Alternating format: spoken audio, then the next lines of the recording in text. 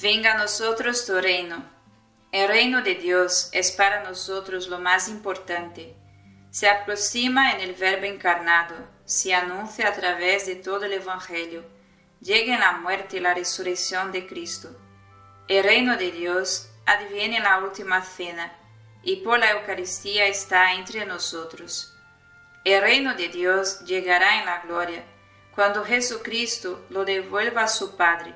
Catecismo de la Iglesia Católica 2816. El Papa Benedicto XVI define el reino de Dios en 3 dimensiones. La primera es la dimensión cristológica. Jesús mismo es el reino. El reino no es una cosa, no es un espacio de dominio como los reinos terrenales.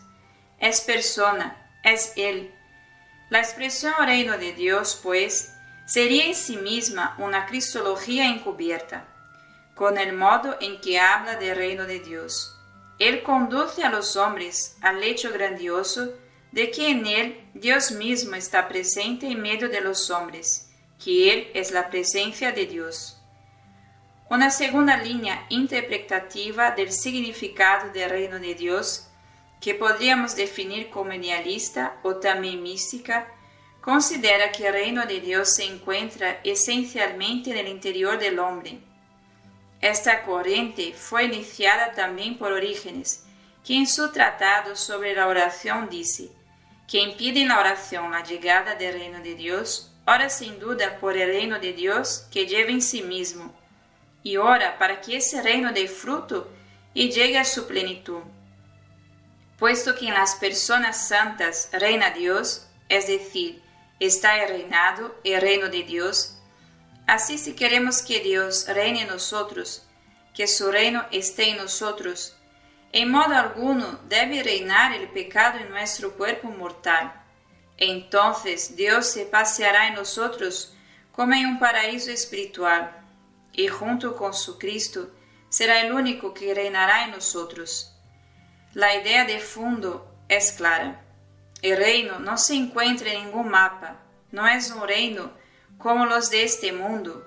Su lugar está en el interior del hombre. Allí crece y desde allí actúa. La tercera dimensión en la interpretación del reino de Dios podríamos denominarla eclesiástica. En ella, el reino de Dios y la Iglesia se relacionan entre sí de diversas maneras y estableciendo entre ellos una mayor o menor identificación.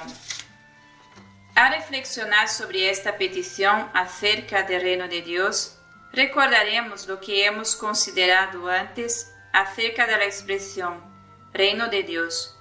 Con esta petición, reconocemos en primer lugar la primacía de Dios. Donde Él no está, nada puede ser bueno. Donde no se ve a Dios, el hombre decae y decae también el mundo. En ese sentido, el Señor nos dice: buscad ante todo el reino de Dios y su justicia.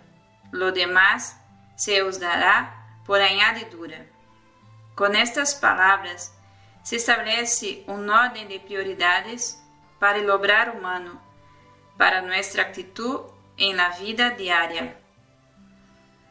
En modo alguno se nos promete un mundo utópico en el caso de que seamos devotos y de algún modo deseosos del reino de Dios. No se nos presenta automáticamente un mundo que funciona como lo propuso la utopía de la sociedad sin clases, en la que todo debía salir bien solo porque no existía la propiedad privada. Jesús no nos da recetas tan simples, pero establece, como se ha dicho, una prioridad determinante para todo. Reino de Dios quiere decir soberanía de Dios, y eso significa asumir su voluntad como criterio. Esa voluntad crea justicia, lo que implica que reconocemos a Dios su derecho y en él encontramos el criterio para medir el derecho entre los hombres. Lo primero y esencial es tener un corazón dócil para que sea Dios quien reine y no nosotros. El reino de Dios llega a través del corazón que escucha. Ese es su camino. Y por eso nosotros hemos de rezar siempre. O donde Cristo está, está el reino de Dios. Así la petición de un corazón dócil se ha convertido en petición de la comunión con Jesucristo. La petición de que cada vez seamos más uno con Él. Es la petición del seguimiento verdadero que se convierte en comunión y nos hace un solo cuerpo con Él. A partir del encuentro con Cristo, esta petición asume un valor aún más profundo, se hace aún más concreta. Hemos visto que Jesús es el reino de Dios en persona. Donde Él está, está el reino de Dios. Así la petición de un corazón dócil se ha convertido en petición de la comunión con Jesucristo, la petición de que cada vez seamos más uno con Él.